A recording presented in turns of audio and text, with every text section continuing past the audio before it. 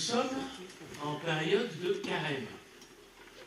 Au moins pour une pratique qui est courante chez les catholiques, chez les orthodoxes, cette période de 40 jours qui précède la fête de Pâques. Alors d'autant que cette année, vous savez, sans doute, Pâques tombe le même dimanche pour toutes les églises, qu'elles soient d'Orient ou d'Occident. Donc voilà, depuis un certain temps déjà, nous sommes dans ce temps de carême. Alors c'est vrai que les protestants en général ne pratiquent pas trop le carême. Mais on se méfie un peu des traditions contraintes, artificielles, des pratiques rituelles en risquant de les vider de leur sens. On craint aussi toujours des choses, des pratiques qui pourraient laisser entendre la possibilité d'un mérite, par un rite, par une privation. Mais enfin, quand même, l'idée de prendre un temps spécifique pour se préparer à Pâques, la fête chrétienne par excellence, où nous rappelons la mort et la résurrection du Christ, comment ne pas être d'accord? Alors je vous propose qu'on puisse s'arrêter ce matin sur un des aspects importants du carême, c'est le jeûne. C'est un peu aussi presque un phénomène de mode aujourd'hui, le jeûne, de manière générale. C'est de plus en plus pratiqué, de différentes façons, avec différentes motivations, pour différentes raisons, et ça n'est pas non plus une spécificité chrétienne. Hein. On sort depuis récemment du temps de Ramadan pour les musulmans. Le jeûne fait partie de ce temps-là. C'était une pratique aussi dans le judaïsme. Et j'aimerais quand même me centrer ce matin sur la dimension, on va dire, spirituelle ou la dimension religieuse du jeûne. Hein. Je ne parlerai pas des bienfaits ou autres pour la santé, etc. Ce n'est pas mon domaine. Il faut aller voir d'autres personnes. Pour ça, ce qui va m'intéresser, c'est ce que la Bible, finalement, peut nous dire de cette pratique à dimension spirituelle du jeûne. Et je vous propose ce matin d'aller dans l'Ancien Testament. Dans ce Premier Testament, où nous trouvons notamment un texte biblique passionnant sur la question du jeûne, qu'on trouve dans le prophète Ésaïe, au chapitre 58 de son livre, Ésaïe 58. Nous lirons les versets 1 à 10. Alors, petite précision avant de le lire, comme souvent, le ton ici est un ton polémique. Les prophètes, ils n'étaient pas là pour transmettre un message gentil qui caresse dans le sens du poil. Ils étaient là en général pour réveiller les consciences et souligner ce qui n'allait pas. Donc il y a un ton polémique. Le Seigneur qui envoie son prophète pour parler au peuple est en colère contre l'incohérence, contre l'infidélité de son peuple, et il entend bien de leur dire haut et fort, à travers les paroles du prophète. Et ce qu'il a à dire concerne en particulier la façon dont ils envisageaient, dont ils pratiquaient le jeûne. Voilà. Donc, Ésaïe 58, nous lisons les versets 1 à 10. Crie à pleine voix. Vous voyez, je vous ai dit, hein, ça commence fort. Hein. Crie à pleine voix, ne te retiens pas, dit Seigneur. Comme le son de la trompette, que ta voix porte loin. Dénonce à mon peuple sa révolte, aux descendants de Jacob leur faute. Jour après jour, tournés vers moi, ils désirent connaître ce que j'attends d'eux. On dirait d'un peuple qui agit comme il faut et qui n'abandonne pas le droit proclamé par son Dieu. Ils réclament de moi de justes jugements et désirent ma présence. Mais ils me disent, à quoi bon pratiquer le jeûne si tu ne nous vois pas? À quoi bon nous priver si tu ne le sais pas? Alors je réponds, constatez-le vous-même. Jeûner ne vous empêche pas de saisir une bonne affaire, ni de malmener vos employés.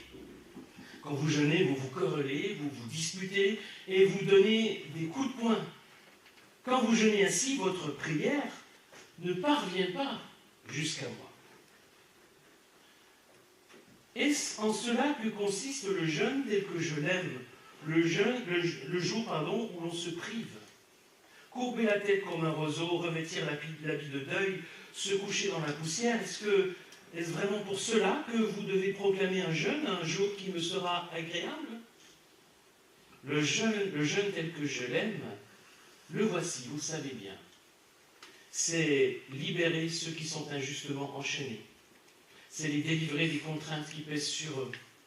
C'est rendre la liberté à ceux qui sont opprimés. Bref, c'est supprimer tout ce qui les tient esclaves. C'est partager ton pain avec celui qui a faim. C'est ouvrir ta maison aux pauvres et aux déracinés. C'est fournir un vêtement à celui qui n'en a pas. C'est ne pas te détourner de celui qui est ton frère.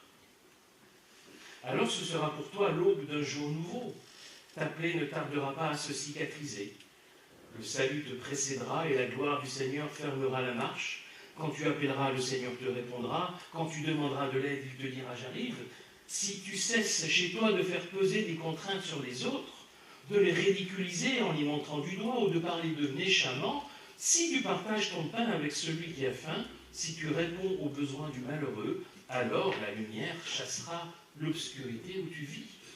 Au lieu de vivre dans la nuit, tu seras comme en plein midi.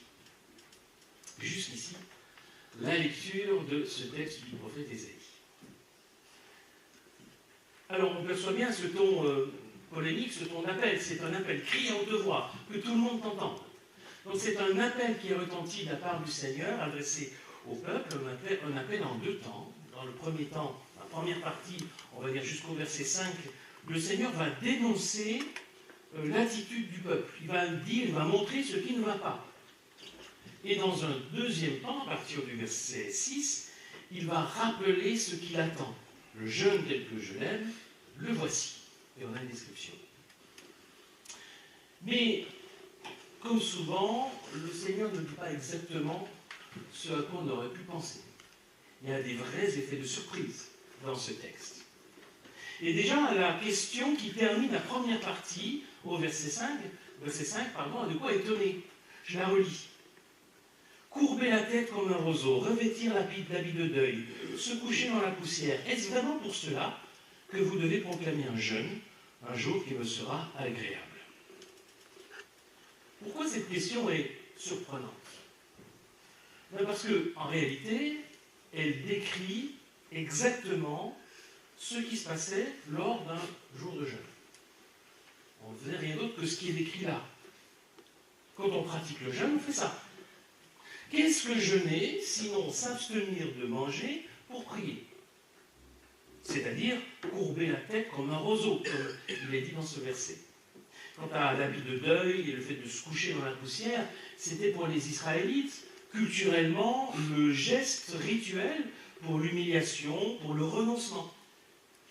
Alors, ce qui est décrit là dans ce verset, si c'est pas un jeûne, qu'est-ce que c'est? C'est bizarre. D'ailleurs, au verset 2, le prophète dit « On dirait un peuple qui agit comme il faut. » On dirait. Oui, on dirait un peuple qui agit comme il faut. Habituellement, de façon, selon les apparences, selon ce que l'on voit, ils font ce qu'ils doivent faire un jour de jeûne. Mais il ne faut pas se fier aux apparences. Il y a quelque chose qui cloche. Alors, qu'est-ce qui cloche? Qu'est-ce qui cloche dans la pratique du jeûne chez les Israélites au temps du prophète? Qu'est-ce qui cloche, d'autant que le trouble qu'on peut avoir à partir de la question du verset 5 se prolonge quand on lit la suite. Voici le jeûne que j'aime. Et puis le Seigneur, par son prophète, va décrire tout un nombre de choses, sans jamais, alors qu'il parle du jeûne qui lui plaît, sans mentionner jamais ni le fait de se priver de nourriture, ni le fait de prier, qui sont pourtant les deux éléments essentiels du jeûne. Alors là, on se dit non, je ne comprends plus. Qu'est-ce qu'il faut? Qu'est-ce qui ne va pas? Qu'est-ce qui cloche? Et au moins deux choses qui clochent, deux choses qui ne vont pas dans la façon d'envisager le jeûne chez les destinataires du message du prophète. Premier indice, c'est le verset 3. Dans ce verset 3, le prophète va parler au nom du peuple. Il va mettre dans la bouche du peuple quelque chose qui traduit leurs intentions, leur façon d'envisager les choses. Des paroles qui traduisent l'incompréhension et même une sorte de reproche adressé à Dieu. À quoi bon pratiquer le jeûne si tu ne nous vois pas? C'est le verset 3. À quoi bon nous priver si tu ne le sais pas? Comment est-ce qu'on peut savoir que Dieu nous voit et nous entend? C'est là le reproche qui est fait. S'il nous répond, s'il nous répond, c'est qu'il nous a entendus. S'il nous exauce, s'il nous exauce, c'est qu'il nous a vus. En d'autres termes, la question que pose le peuple, et qui est transcrite ici par le prophète, c'est à quoi ça sert de jeûner si on n'obtient pas du Seigneur ce qu'on attend de lui? À quoi ça sert de jeûner si on n'obtient pas ce qu'on attend du Seigneur? Sauf que, et c'est là la première chose qui cloche, sauf que le jeûne, c'est pas automatique. Et non, c'est pas automatique. Il ne suffit pas de jeûner pour obtenir ce qu'on veut. Il ne suffit pas de jeûner pour s'attirer les bonnes grâces de Dieu. Le jeûne, ce n'est pas une grève de la faim spirituelle. Ce n'est pas un moyen de pression sur Dieu. Et on a ici, derrière cette question, adressée avec autant de reproches, on l'a vu, par le peuple au Seigneur, on a le reflet d'une vision qu'on pourrait dire utilitariste du jeûne, ou plus largement, de la pratique religieuse. À quoi ça sert? En quoi ça va m'être utile de faire ça? À quoi ça sert de jeûner? On pourrait dire à quoi ça sert de prier? À quoi ça sert d'aller au culte le dimanche matin? À quoi ça sert de pratiquer une religion? À quoi ça sert? Qu'est-ce que j'y gagne? Mais on ne devient pas croyant parce que c'est utile. On ne prie pas d'abord parce que ça nous rapporte quelque chose.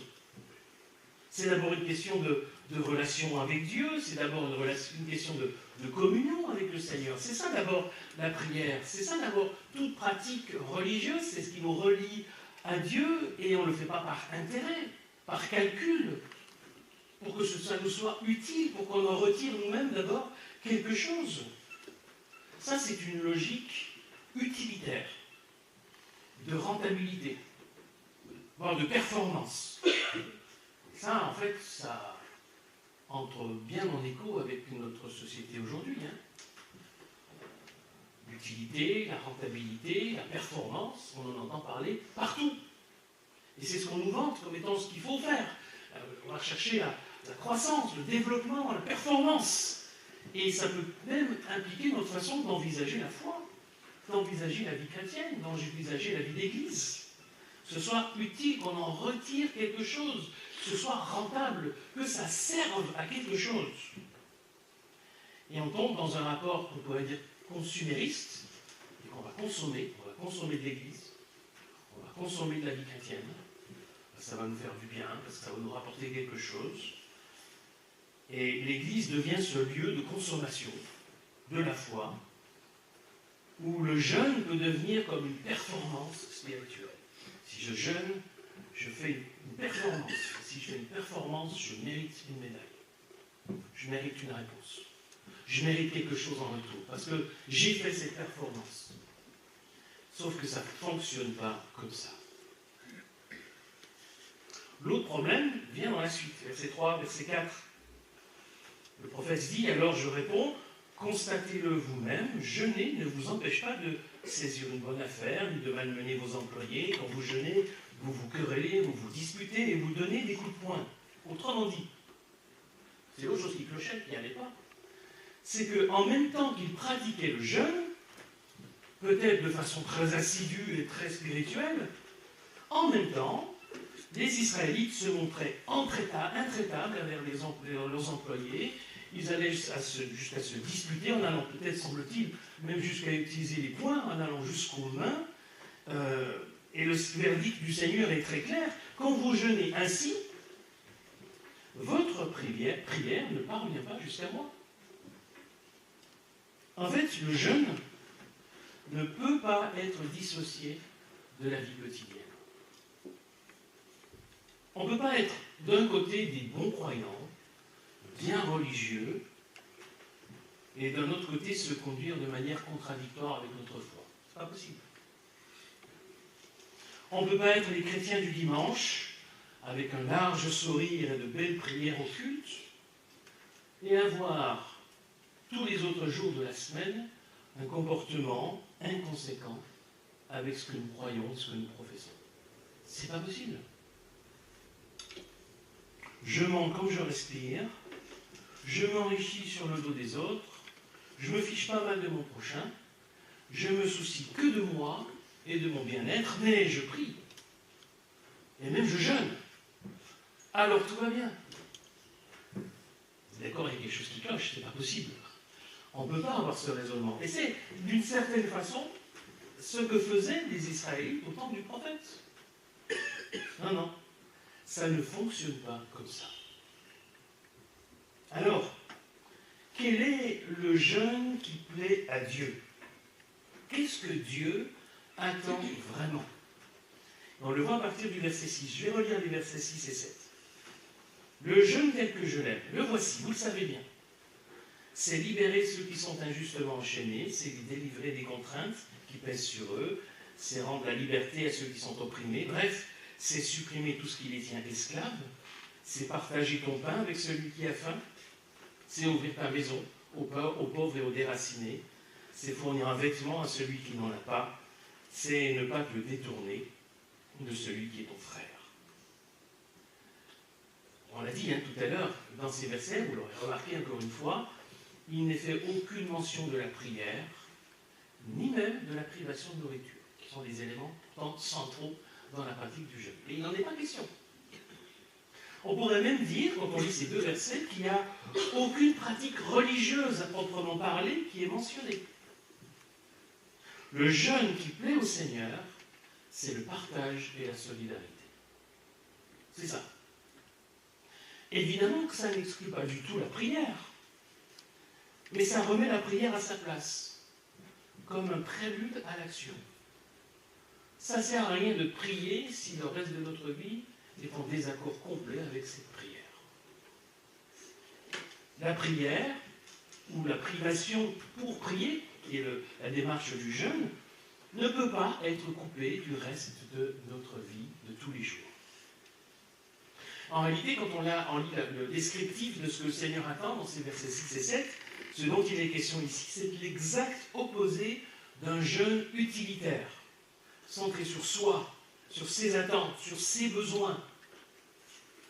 Le jeûne, c'est celui qui nous ouvre sur les autres, sur ceux qui sont prisonniers, qui ont faim, qui sont nus. Le jeûne qui plaît à Dieu, c'est celui qui nous décentre de nous-mêmes pour nous ouvrir à notre prochain. Voilà le jeûne qui plaît à Dieu, celui qui nous décentre de nous-mêmes pour nous ouvrir à notre prochain. Et c'est là où la pratique même du jeûne, la privation de nourriture pour prier, c'est le mouvement qui nous permet de nous décentrer de nous-mêmes et qui nous rappelle où est l'essentiel pour nous, de nous tourner, de nous centrer sur notre prochain. Et on pourrait dire que si la privation de nourriture n'est pas mentionnée dans les paroles du prophète, c'est peut-être parce que, dans la pratique du jeûne, c'est ce qui ne doit pas se voir. On n'est pas censé voir qu'on est en train de jeûner. Ça me rappelle ce que Jésus dit dans le Sermon sur la montagne. Il parle du jeûne dans le Sermon sur la montagne. Et il dénonce l'hypocrisie de ceux qui montrent à tout le monde qu'ils sont en train de jeûner. Il dénonce cette hypocrisie et il dit, je cite simplement à partir du verset 17 de Matthieu 6, Jésus dit, mais toi quand tu jeûnes, parfume ta tête, lave-toi le visage, pour ne pas montrer aux gens que tu jeûnes. Autrement dit, quand tu jeûnes, ne le fais pas pour les autres, fais-le pour le Seigneur. Ça ne devrait pas se savoir que tu jeûnes. Ça ne devrait même pas se voir. Ça devrait passer inaperçu. Ce qu'on doit voir dans ton jeûne, ce n'est pas le fait de jeûner, c'est ta conduite qui reflète ton attachement à Dieu, ton amour pour le prochain. C'est ça qu'on doit voir. C'est ça qui doit se manifester. Ce qui doit se voir, c'est justement le partage et la solidarité. Tout ce que le Seigneur dit ici, voilà ce que j'aime dans le jeûne. C'est ça. Donc jeûner, ce n'est pas simplement sauter un ou deux repas, même pour prier. On pourrait dire qu'on peut se priver de nourriture et pas vraiment jeûner, spirituellement. Le jeûne, fondamentalement, c'est un renoncement. On va se priver de quelque chose. C'est la signification du geste de se priver de nourriture. On renonce à quelque chose. Et on renonce d'abord à en tirer une quelconque gloire ou un quelconque mérite, spirituellement. C'est aussi ce renoncement qui nous permet de nous recentrer sur l'essentiel, nous recentrer sur Dieu, nous ouvrir aux autres. Ce renoncement, c'est un chemin d'humilité qui témoigne de notre dépendance de Dieu en toutes choses, qui reconnaît notre fragilité et qui nous rend sensibles à la fragilité des autres. C'est là tout l'enjeu d'une pratique du jeûne qui correspond à ce que Dieu attend de nous. Alors, le jeûne, se priver de nourriture un temps pour le consacrer à la prière, à se centrer sur Dieu, à s'ouvrir à notre prochain, c'est une pratique spirituelle qui a tout à fait sa place dans la vie du croyant. Pour autant qu'il soit pratiqué dans le bon esprit. Et je n'ai pas mentionné les derniers versets du texte d'Ésaïe qu'on a lu, qui contiennent de nombreuses promesses et qui témoignent de la bénédiction qui peut être attachée à ce bon esprit du jeûne. Quand il est pratiqué dans le bon esprit pour se centrer sur Dieu et s'ouvrir à notre prochain, oui, des bénédictions en ressortent. Mais on peut dire du coup aussi que si le jeûne est fondamentalement un renoncement, il peut aussi prendre d'autres formes que la privation de nourriture. L'enjeu, c'est avant tout celui de l'humilité et de la simplicité, du décentrement de soi pour se tourner vers Dieu et s'ouvrir à notre prochain. Alors, je vous laisse simplement avec une dernière question. De quoi devrais-je me priver aujourd'hui pour me centrer sur Dieu et m'ouvrir aux autres?